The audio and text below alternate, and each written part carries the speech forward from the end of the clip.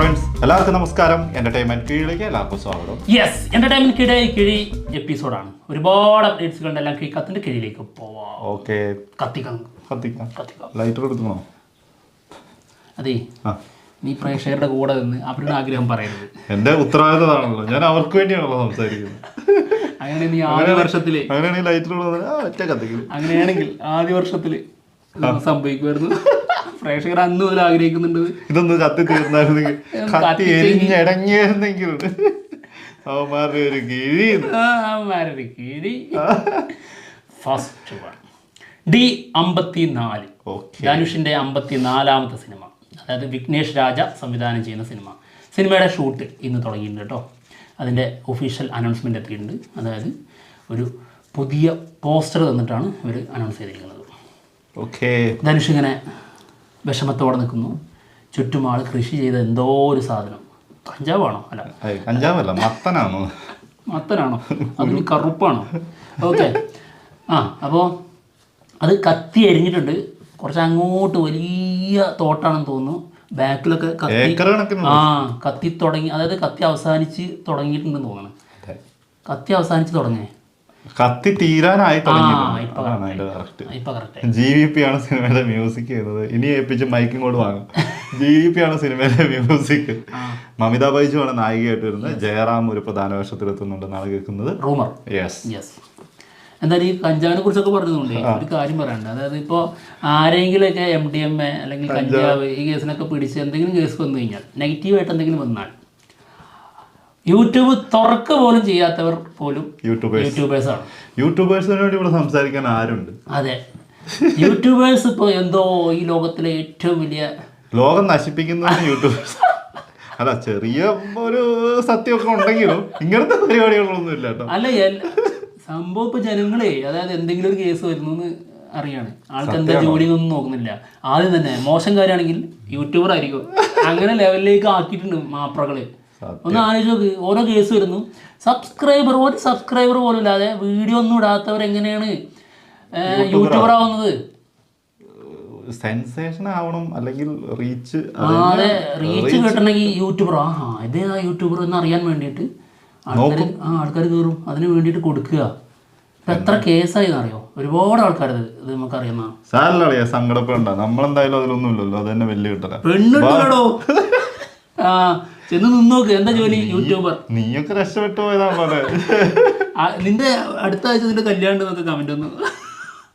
അടുത്ത ആഴ്ച നിന്റെ കല്യാണമാണ് ക്ലാസ് വെച്ചെടുത്തതിന്റെ. എന്റെയോ? ഇന്നലെ വീഡിയോന്റെ താഴെ കമന്റാണ്. അടുത്ത ഞായറാഴ്ച എല്ലാവരും വീട്ടിലോട്ട് വരിക. അല്ലാതെ ഞാൻ എന്ത് പറയാറ്? ഇനി ഒന്നേ നടക്കാനുള്ളൂ. അടുത്തത് കണ്ടന്റിന്ന് മാറിപ്പോകാൻ പാടില്ല. സൺ ഓഫ് സർദാർ 2 സിനിമയുടെ ട്രെയിലർ ജൂലൈ 11, അതായത് നാളെ. ഓക്കെ, ജൂലൈ 25 സിനിമ റിലീസിലെത്തും. വിജയ് കുമാർ അറോറ ആണ് സിനിമ ഡയറക്റ്റ് ചെയ്യുന്നത്. അജയ് ദേവ്ഗണും മൃണാൾ താക്കൂറും പ്രധാന വേഷത്തിലെത്തുന്ന. ഓക്കെ, അടുത്തത് സൂര്യ 46. വെങ്കിയട്ലൂരി സംവിധാനം ചെയ്ത് സൂര്യനായകനാവുന്ന സിനിമയാണ്. സിനിമയുടെ ഷൂട്ട് നടന്നുകൊണ്ടിരിക്കുകയാണ്. മമിത ബൈജു ജോയിൻ ചെയ്തിട്ടുണ്ട് സെറ്റിൽ. ഒരു സ്റ്റിൽ വന്നിട്ടുണ്ട്. മമിത ബൈജു ഫുൾ തിരക്ക്, ഫുൾ ബിസി. അവിടെ എത്തുന്നു, ഇവിടെ എത്തുന്നു, അവിടെ പോകുന്നു, ഇവിടെ പോകുന്നു. എവിടെയാണെന്ന് ഒരു മലയാളത്തിൽ ഇഷ്ടം പോലെ കൈ നിറയെ സിനിമകൾ, തമിഴില്, തെലുങ്കില്, ഇനി കന്നഡയിലേക്ക് പോയാൽ മതി. ബോളിവുഡിന് പിന്നെ മുതൽ അതിനുള്ള ഉണ്ടോ എന്നുള്ളൊരു സംശയമുണ്ട്. ബാക്കിയൊക്കെ സെറ്റ്. അടുത്തത് ഡിറ്റക്റ്റീവ് ഉജ്ജ്വല സിനിമയുടെ OTT നാളെ 11 മണി. 11 മണി, നാളെ 11-ാം തീയതി. ഞാൻ കണ്ടിട്ടില്ലല്ലോ. 11 നാളെ നരിവേട്ടയുണ്ട്. രണ്ടും റിലീസും രണ്ടും ഒരുമിച്ചായിരുന്നു. OTT രണ്ടും ഒരുമിച്ചാണ്. നെറ്റ്ഫ്ലിക്സിലാണ് ഡിറ്റക്റ്റീവ് ഉജ്ജ്വലം വരുന്നത്.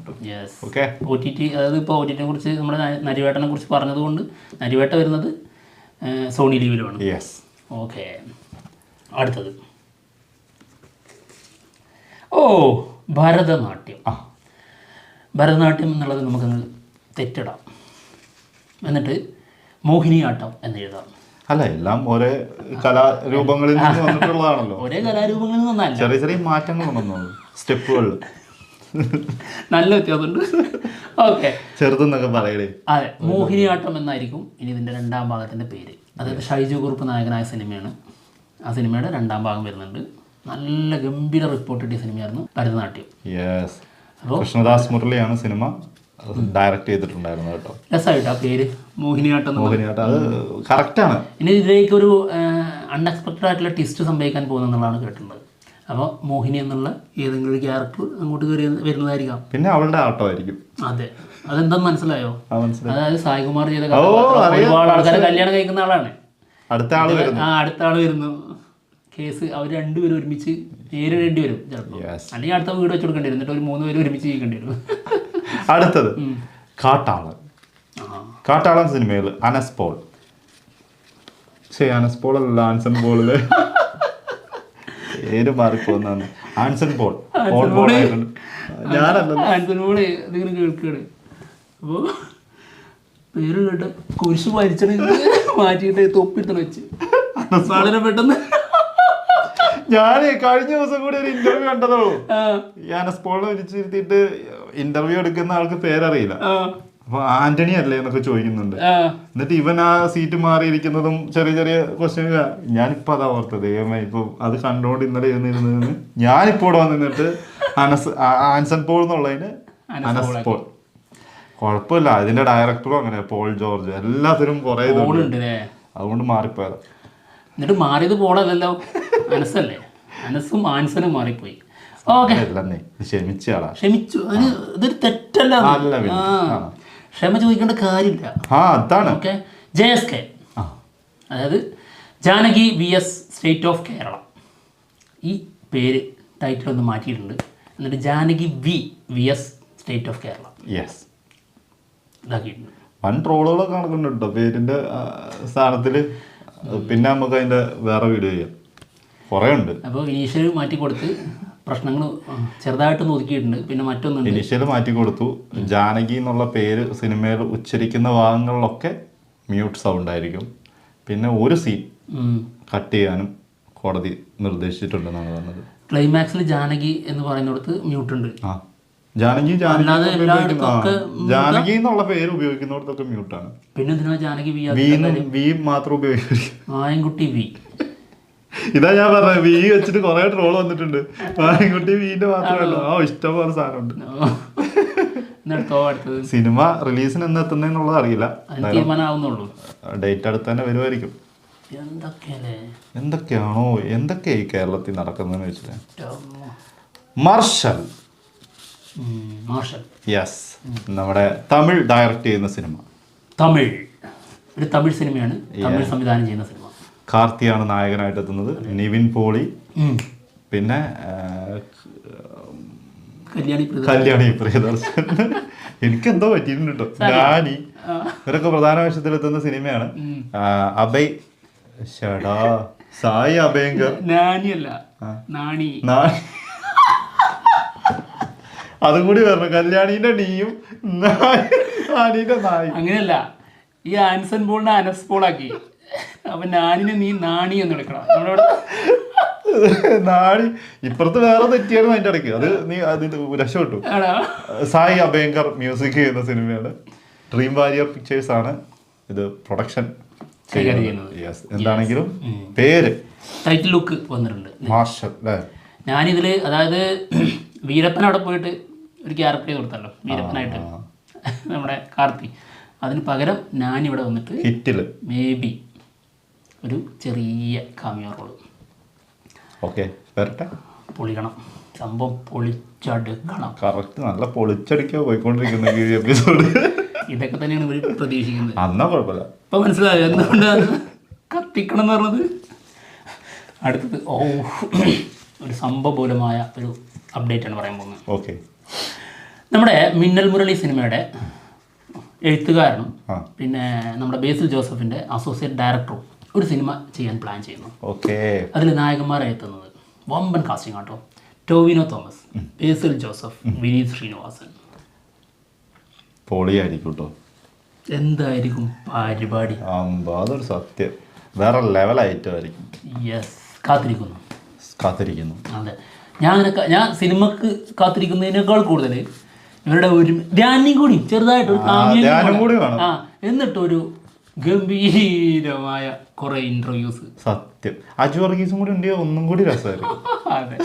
ബേസിൽ ജോസഫും ടിനോവയും തമ്മിലുള്ള സംഭവങ്ങളും കാര്യങ്ങളും ഒക്കെ അതിൽ വരും. ഉറപ്പായിട്ടും ധ്യാനിൻ്റെതായിട്ട് വേറെ പരിപാടികൾ വരും. ധ്യാനും വിനീത് ശ്രീനിവാസനും കൂടി വേറൊന്നും വരും. ആ കൊള്ളാം. പിന്നെ ധ്യാനും ബേസിലും വരുമ്പോ ഉള്ള സാധനം അതാണ് സാധനം, അതാണ് ഏറ്റവും സൂപ്പർ. അതും കൂടി അങ്ങ് വന്നേ. ടോവിനോ അതിൽ ആരെ നേരിടും, എന്ത് സ്ട്രാറ്റജി പിടിക്കുന്ന ഞാൻ അറിയിക്കുന്നത്. സത്യമായിട്ടും കുറച്ച് ബുദ്ധിമുട്ടും. അടുത്തത് കൂലി മോണിക്ക സോങ്, അതായത് സെക്കൻഡ് സിംഗിൾ നാളെ 6 മണിക്ക്. ഓക്കെ കാത്തിരിക്കാം. സൗബിന്റെ അതായത് സെക്കൻഡ് സിംഗിള് ഇതൊരു ഐറ്റം സോങ് പോലെയാണ് വരുന്നത് അല്ലേ? അതെ, ശരിക്ക് ഐറ്റം സോങ് ആദ്യമായിട്ടാണെന്നൊക്കെ പലരും പല ഇടങ്ങളിലും എഴുതി കണ്ടു. അതായത് ലോകേഷ് കനകരാജ് ആദ്യമായിട്ടാണ് ഒരു ഐറ്റം സോങ് പിടിക്കുന്നത്. അത് തെറ്റാട്ടോ. Item song പിടിച്ചിട്ടില്ലേ? ഇതിനു മുമ്പ് പിടിച്ചിട്ടേ? എനിക്ക് ആലോചിക്കണ്ട, എനിക്ക് ഉത്തരമുണ്ട്, നീ ആലോചിക്കും. എനിക്ക് ഭയങ്കര മറവിയുള്ളടാ, പറഞ്ഞോ. അതുകൊണ്ടല്ലോ നീ ആലോചിക്കുന്നത്. അതെ, ഐറ്റം സോങ്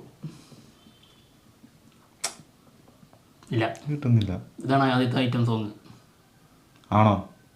അങ്ങനെയാണ് പറയുന്നത്. അതായിരിക്കൂല എന്തായാലും. അല്ല, ശരിക്കും പറഞ്ഞു കഴിഞ്ഞാൽ അതായിരിക്കൂല എന്തായാലും. തമിഴ് സിനിമയാണ്. തമിഴ് സിനിമയിൽ ഐറ്റം സോങ് ഇല്ലാത്ത ഏത് സിനിമയാണ്? വളരെ ചുരുക്ക സിനിമ ഉണ്ടാവുള്ളൂ. ആള് ചെയ്ത സിനിമ എടുത്തു പറ. ലിയോ, കൈദി, വിക്രം, പിന്നെ മറ്റേ പടത്തിന്റെ പേരെന്താ പറഞ്ഞല്ലോ, കൈദിന്റെ മുൻപുള്ള സിനിമ അത്, പിന്നെ മാസ്റ്റർ, പിന്നെ ഏതൊക്കെയാണ്? മാസ്റ്ററിലില്ലായിരുന്നോ? മാസ്റ്ററിൽ എവിടെ ഐറ്റം സോങ്?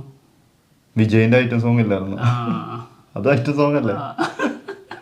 അല്ല, വിജയ് ചെയ്ത പെണ്ണുങ്ങൾ ചെയ്താൽ മാത്രമേ ഐറ്റം സോങ് ആവുള്ളൂ, ആണുങ്ങൾ ചെയ്താലും ഐറ്റം സോങ് തന്നെയാണ്. ഇതാണ് എനിക്ക് പറയാനുള്ളത്. വിജയ് ചെയ്തില്ലേ? ഇതാണ് എന്റെ പോയിന്റ്. ഞാൻ ആ പോയിന്റിലേക്ക് എത്തുമെന്ന് എനിക്ക് അറിഞ്ഞൂടായിരുന്നു. ഇതാണ് നീ ചിന്തിച്ച് എത്തുമെന്ന് ഞാൻ ആദ്യം കരുതി, കുറച്ച് വൈകി. അത് സാറില്ല. പക്ഷെ അതിനൊരു സോങ് എനിക്ക് പറയാനുള്ളത്, ഇപ്പോ വിജയന്റെ എന്നും സ്ഥിരം അങ്ങനെ തന്നെ ഉണ്ട് എന്നുള്ളത് അവിടെ ഇരിക്കട്ടെ. പക്ഷേ വിക്രം സിനിമയില് ആൾ ആദ്യം ചെയ്യുന്ന ഡാൻസ് ഇല്ലേ, അത് ശരിക്കും ഒരു ഐറ്റം സോങ് പോലെയാണ്. അല്ലാതെ ആ ക്യാരക്ടർ ഒരിക്കലും അങ്ങനെയല്ല. അല്ല, അതങ്ങനെ തന്നെയാണ്. അങ്ങനെയുള്ള സാധനങ്ങൾ ചെയ്യുന്നത് നമ്മൾ സ്ത്രീകൾ മാത്രം ചെയ്യുമ്പോൾ അത് ഐറ്റം സോങ്ങും. നിങ്ങൾക്ക് തോന്നിയില്ല അതൊരു ഐറ്റാണെന്ന്? പിന്നെ കമലഹാസനെ കണ്ടിട്ട് അതെ, ഒരു ഐറ്റം. വിജയുടെ ഡാൻസ് ചെയ്യുമ്പോൾ നിങ്ങൾക്ക് തോന്നാറില്ലേ എന്തൊരു ഐറ്റാണിതെന്ന്? തോന്നാറില്ലേ? നിങ്ങൾക്ക് പെണ്ണുങ്ങൾ മാത്രമേ അങ്ങനെ തോന്നുള്ളൂ? ഇത് മറ്റേ സാധനം പണ്ട് ചോദിക്കൂല, നിങ്ങൾ ഗേ ആണോന്ന് ചോദിക്കുന്ന ടീംസില്, ആ ടീംസിന് അങ്ങനെയല്ല, ആ ടീംസിന് ഇന്ന് സന്തോഷമാണ്. ഇവന്മാര് ശരിക്കും അത് തന്നെ കേട്ടോ. അല്ലെങ്കിൽ വിജയിന്റെ ഒക്കെ ആയിട്ടും കീഴില് വിജയുള്ള കിട്ടുകനാണല്ലോ. അങ്ങനെയല്ലേ കേട്ടോ? അങ്ങനെയല്ല കേട്ടോ ഉദ്ദേശിക്കുന്നത്. അല്ല, എനിക്ക് ദേഷ്യം വരാതിരിക്കും. പിന്നെ പൂജ ഹെഗ്ഡെ വന്നു, ആളിതിൽ വേറെ ഒന്നുമില്ല, ആ രീതിയിലാണെങ്കിൽ ശരിയാണ്. അതെ, അതായിട്ട് സോങ് തന്നെയാണ്. അതെ, വിക്രമില് ആള് മുഴുന്നിലുണ്ടല്ലോ, അതാണല്ലോ അതിന്റെ ഒരു ഇത്. അല്ല, മാസ്റ്ററിലും അങ്ങനെ തന്നെയാണല്ലോ, മുഴുവനുണ്ടല്ലോ. അതെ, അപ്പൊ നമ്മൾ അവര് പറഞ്ഞതിന് ശരിയെന്ന്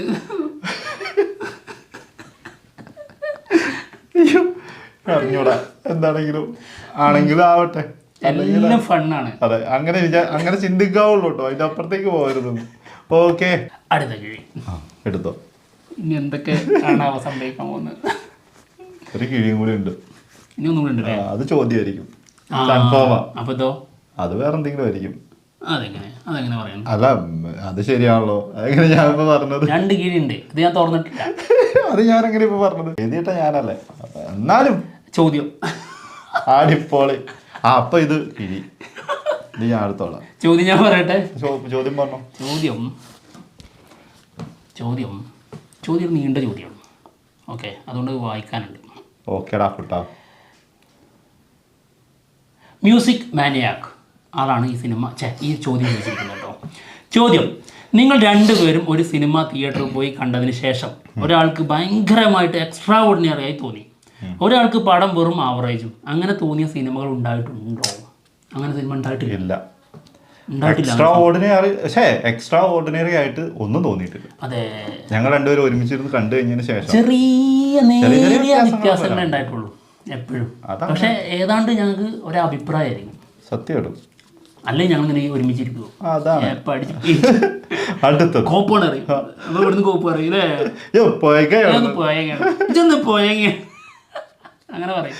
അടുത്തത് കോലാഹലം. അതന്നെയാണ് ഇന്നത്തെ കിഴി. ഈ കിഴി കറക്റ്റ് ലാസ്റ്റ് ഒന്ന് കിട്ടിയതുണ്ടോ? ഇന്നത്തെ കിഴി തുടക്കം മുതൽ ഒടുക്കം വരെ കോലാഹലമാണ്. സത്യമായിട്ട് ഈ കിഴിയിലും സത്യം ഉണ്ടെന്നുള്ളത് ഇപ്പോഴാണ് എനിക്ക് മനസ്സിലായത്. എന്താണെങ്കിലും നാളെ ഒരിക്കലും അല്ല. നാളെ സിനിമ റിലീസിന് എത്തുകയാണ് ജൂലൈ 11. റഷീദ് പറമ്പിലാണ് സിനിമ ഡയറക്റ്റ് ചെയ്യുന്നത്. ലാൽ ജോസിന്റെ പ്രസൻസിൽ വരുന്ന സിനിമയാണ്. കുറച്ച് പുതുമുഖ താരങ്ങളാണ് സിനിമയിൽ പ്രധാന വേഷത്തിലെത്തുന്നത്. ചെറിയൊരു കൊച്ചു സിനിമയാണ്. യെസ്, എന്തായാലും നല്ല സിനിമ ആവട്ടെ. ചെറിയ സിനിമകൾ വന്നിട്ട് നല്ല സിനിമകൾ വരാറുണ്ട്. അതുപോലെ ഒരു സിനിമ ആവട്ടെ. ഞങ്ങൾ ഇതിനെക്കുറിച്ച് അറിഞ്ഞത് നമ്മൾ ഇതിന് കുറച്ച് മുൻപ് അറിഞ്ഞിട്ടുണ്ടായിരുന്നു അല്ലേ? ഇപ്പൊ നടക്കുന്ന ആ സമയത്തൊക്കെയാണ്. പക്ഷെ ഇപ്പോൾ ഇത് പറയാൻ കാരണം നമ്മുടെ ഒരു സബ്സ്ക്രൈബർ, നമ്മുടെ ഫാമിലിയിൽപ്പെട്ട ഒരാൾ നമുക്ക് മെസ്സേജ് അയച്ചു, ഇതിനെക്കുറിച്ചൊന്നും പറയാമെന്ന് ചോദിച്ചു. അങ്ങനെയാണ്. അപ്പോൾ എന്തായാലും ഗംഭീര സിനിമയാവട്ടെ. അതെ, ഞങ്ങൾ പോവാണ്. കോലാഹലമൊക്കെ നിർത്തിയിട്ട് പോവാണ്. കോളായെങ്കിലും സിനിമ വന്നാവട്ടെ. എല്ലാവരുടെ സിനിമയും മറ്റുള്ള വിശേഷങ്ങളുമായിട്ട് ഉടനെ തന്നെ. ഞങ്ങളിവിടെ ഇല്ലാതായാലും നിങ്ങളൊക്കെ നന്നായി കണ്ടാൽ മതി. മടുത്തു.